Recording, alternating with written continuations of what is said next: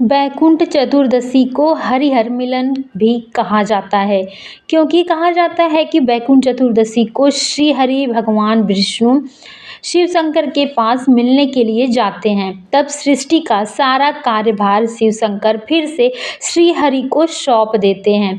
शिव पुराण के अनुसार एक बार श्री हरि विष्णु भगवान बनारस में काशी आते हैं तथा शिव शंकर जी का पूजा आराधना करने के लिए उनके मंदिर में जाते हैं। तब उन्होंने 1001 कमल की पुष्प लेकर के उनकी पूजा अर्चना करना शुरू कर दिया, लेकिन तभी गिनती में एक कमल घट गया। फिर श्री हरि भगवान विष्णु ने अपने आँखों को निकाल करके कमल को मानकर शंकर जी के चरणों में रख दिया।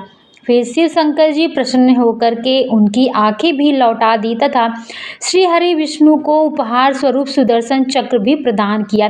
तभी से वैकुंठ चतुर्दशी को हरिहर मिलन भी कहा जाता है तथा इस दिन श्री हरि भगवान विष्णु को बेलपत्र चढ़ाया जाता है और शिव शंकर जी को तुलसी का पत्ता चढ़ाने की प्रथा चली आ रही है। कार्तिक मास के शुक्ल पक्ष में आने वाली चतुर्थी तिथि को वैकुंठ चतुर्थी तिथि के नाम से जाना जाता है। इस दिन पवित्र नदियों में स्नान करने की महत्व बताई गई है। इस दिन गंगा या तीर्थ नदियों में स्नान करने मात्र से वैकुंठ की प्राप्ति होती है। इस दिन को हरिहर मिलन भी कहा जाता है। इस दिन दीपदान का भी बड़ा महत्व बताया गया है। गंगा नदी में स्नान के बाद दीप जलाकर बहती हुई गंगा नदी में बहा देने से कहा जाता है कि बड़े से बड़ा रोग नष्ट हो जाता है तथा गंगा नदी में बह जाता है।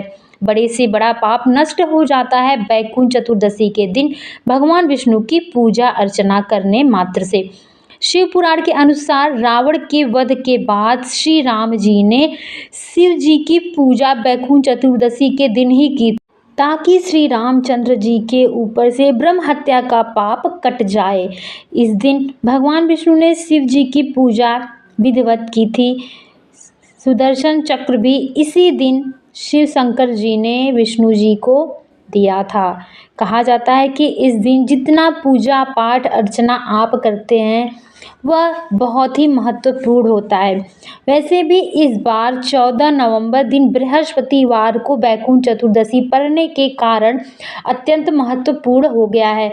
आप निष्ठा और पूरे भाव से इस दिन वैकुंठ चतुर्दशी के दिन पूजा अर्चना अवश्य करिएगा।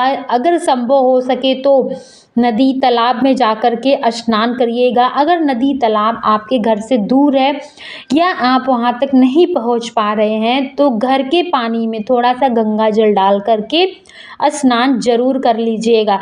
उसके बाद विष्णु भगवान का पूजा अर्चना बहुत ही विधिवत करिएगा।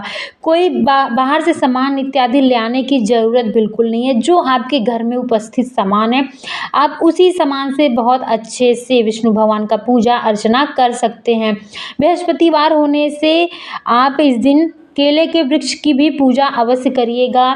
वैकुंठ चतुर्दशी साल का बहुत बड़ा दिन होता है। कार्तिक मास में पड़ने वाली चतुर्थी तिथि को वैकुंठ चतुर्थी तिथि के नाम से जाना जाता है, जो कि 14 नवंबर को पड़ रहा है 2024 में। आप इसका पूर्णतः लाभ लीजिएगा।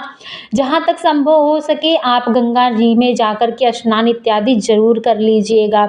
यह दिन बहुत ही बड़ा होता है तथा सौभाग्यपूर्ण होता है। जिनके पुत्र की प्राप्ति नहीं होती वह वैकुंठ चतुर्दशी के दिन गंगा में स्नान इत्यादि अवश्य करें तथा गंगा नदी के पास ही पूर्ण रूप से पूजा इत्यादि का प्रबंध करा करके पूजा इत्यादि पूर्ण करें, जिससे उनकी मनोकामना जरूर पूर्ण होगी। कहा जाता है कि वैकुंठ चतुर्दशी के दिन जब भगवान श्री राम श्री हरि विष्णु ने शिव शंकर जी की पूजा अर्चना की, इतना बड़ा दिन तो हम क्यों नहीं कर सकते। हमें भी पूजा अर्चना वैकुंठ चतुर्दशी के दिन अवश्य करनी चाहिए। इस दिन हरिहर मिलन होने के नाते श्री हरि विष्णु और श्री शंकर जी दोनों लोगों की पूजा अर्चना की जाती है। आपकी भी पूजा अर्चना मंगलमय हो, इसी कामना के साथ इस वीडियो का मैं समापन करती हूँ। वीडियो पसंद आए तो चैनल को लाइक शेयर सब्सक्राइब जरूर कर दीजिएगा। ज़्यादा से ज़्यादा ये वीडियो अपने आसपास ज़रूर पहुँचा दीजिएगा ताकि सभी लोगों का कल्याण हो सके। वैकुंठ चतुर्दशी की आप सभी लोगों को बहुत बहुत शुभकामनाएं।